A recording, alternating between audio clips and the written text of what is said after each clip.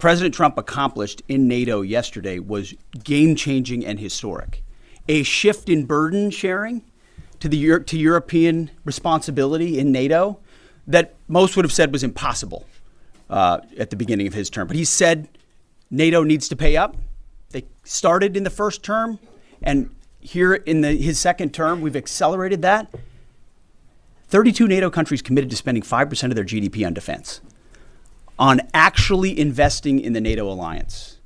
So I hope with all the ink spilled, all of your outlets find the time to properly recognize this historic change in continental security that other presidents tried to do, other presidents talked about.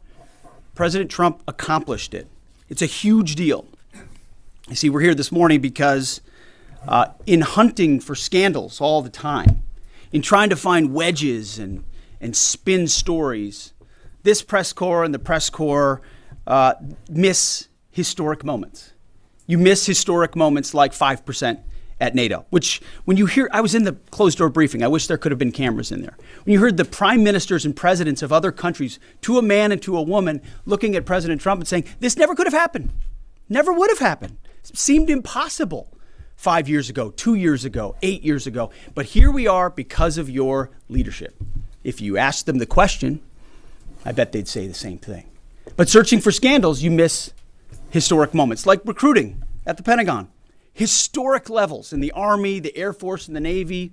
Yeah, maybe there'll be a little mention here or there, but because it was under President Trump's leadership, because Americans are responding to him as commander-in-chief, the press corps doesn't want to write about it.